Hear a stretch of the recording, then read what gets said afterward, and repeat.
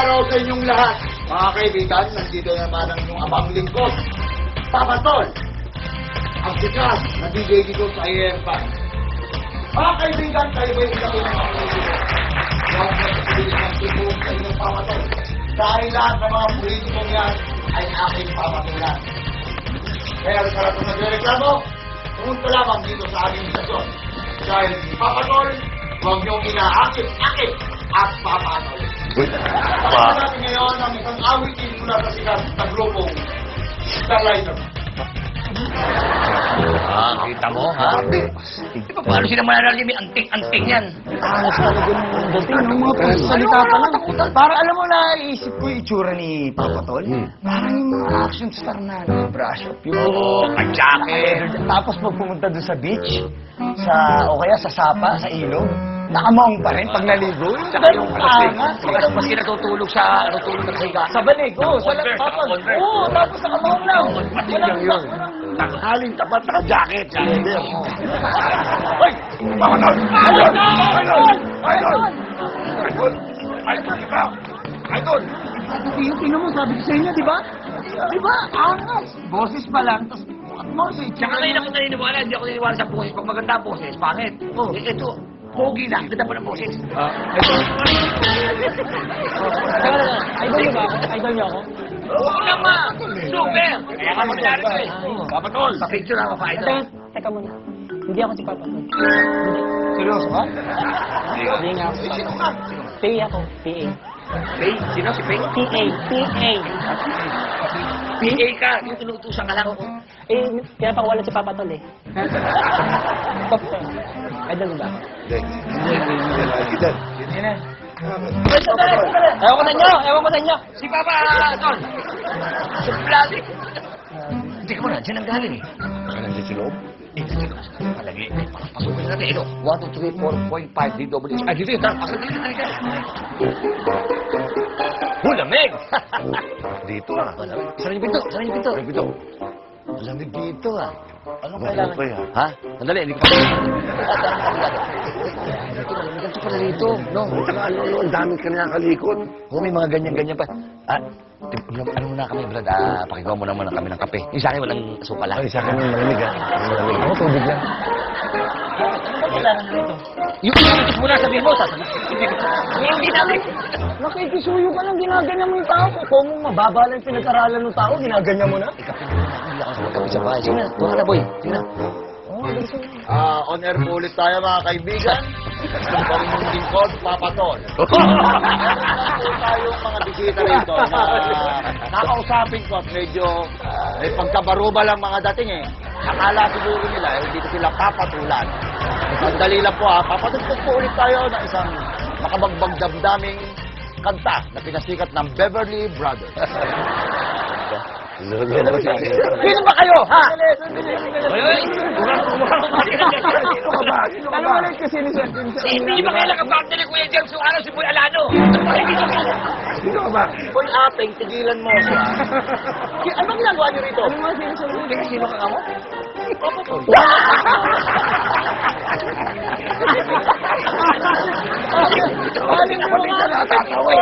Ito nung paluhin ko dito. Papatol. Hindi. Hindi mabuti pa. Gano'n, kung muna kami ng kape. Tapos, malakas pa lang ko kasi aircon. Sige na. Pakintay namin si Papa Tol dito sa ilabang. Ano ba namin? Uy, dapat itsura mo. Anong mo ko to? Wala kang pambili pantalon? Hoy, pangit! Hindi porket nakashort ako, wala akong pantalon. Ayaw niyo maniwala ka ako sa Papa Tol? May anting-anting ako! Sige mo salta. Sige mo salta.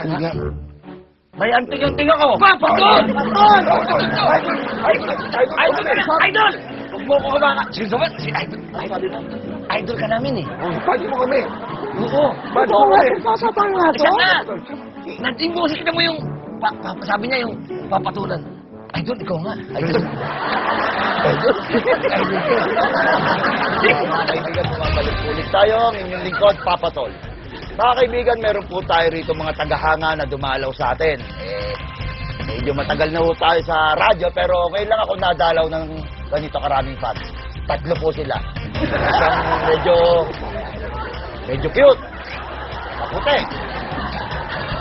Isang medyo matangkad pero medyo pawala na yung buhok.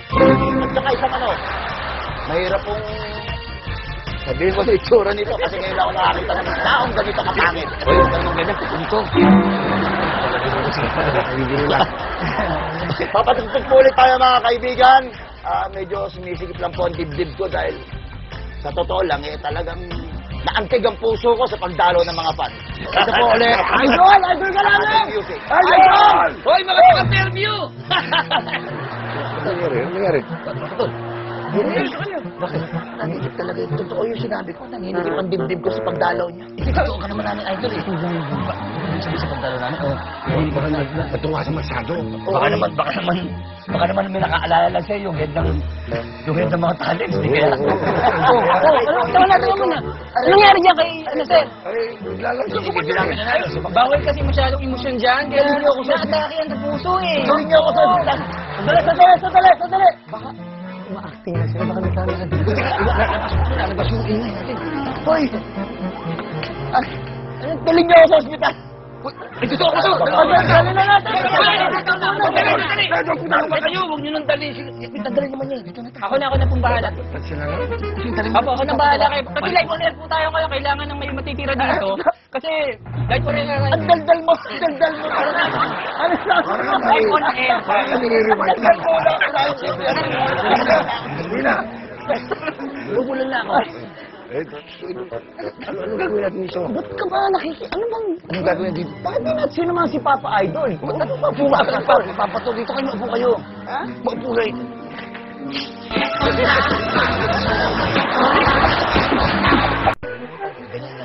Dami nito ah. Hindi, gusto ko rin talaga yung doktor.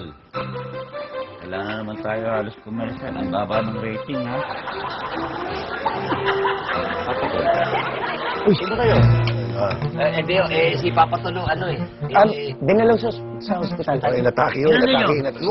Wala. Hindi naman sila. May pinakasunod yung ng malalay. Teka, okay makikialam dyan, ha? Opo, opo. Wala po. Okay, ang gagalaw na kayo, ha? Opo. Sige. Balik ko, wala na kayo rito, ha? Opo. Mag-isa na lang mo yung pinto. Isa tayo. Makapagalitan tayo. Gusto tayo. Oo, tara na. Ngayon, madali yan. Madali yan. Saka bawal iwanan to. Alam mo sa radyo yung kasama sila. Sandali. Bawal mag-MPF to. Sandali, narinig ko. Para tatapos yung kanta. Anong gagawin doon? Sabi, hindi pa pasok na yung live. Papasok na tayo. Live na tayo. Ha? Anong gagawin?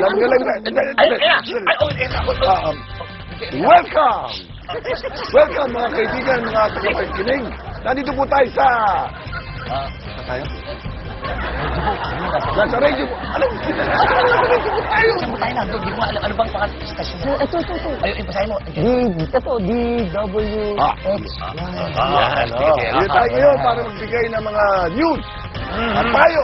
Yes, tayo na ito para magbigay ng... Ano sabihin natin? Ito secret weapon eh. Ayos. Meron tayong balita. Flash report. Ulo ng mga balita. Malamang ulo pinag-uusapan. Isang bangkayan ng tagpuan ng mga polisiya na walang ulo. At ayon sa mga polisiya, investigador, hindi nila maideklarang bangkay na ito hanggat hindi pa nakikita ang ulo kung ito'y buhay pa o patay na.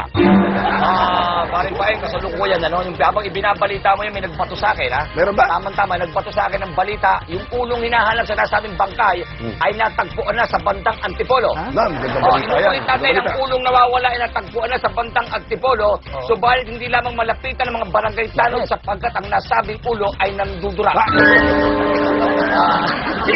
Mukhang malupit ang ulo Malupit, yan. pero kainaman ay matagpuan na. Di mas magandang balita Yes, yan oo. para sa mga Ito yung mapapagdikit at makakauwi na sa bahay. Makakauwi na. At Okay. ang ibang balita, paring paeng. Advance! Ito, napagandang balita nito. Ito yung tungkol sa angal. Ngayon ay nagwewelga pagkasulukuyan ang mga snatcher at hold-upper Ha? Bakit? dahil di man sa pagtataas daw ng mga bilihin.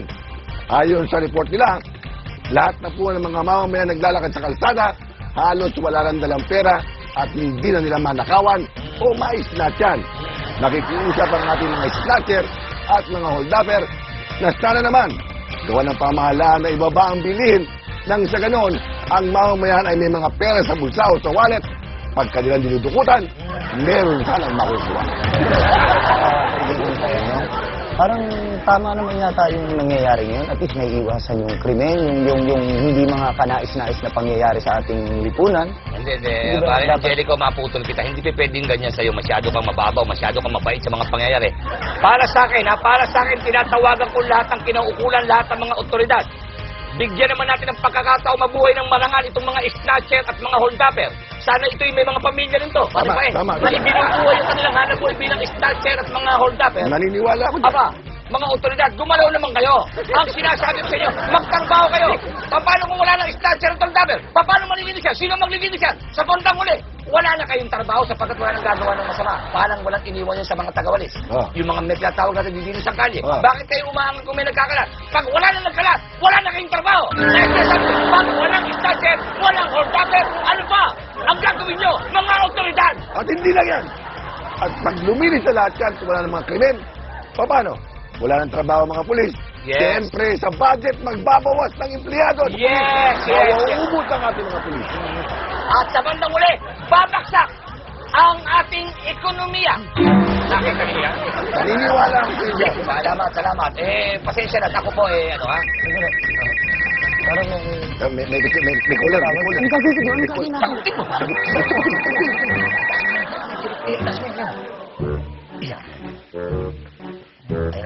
Hello. Hello. Hello. Hello po. Hello. Ako po si Juan eh. Ha?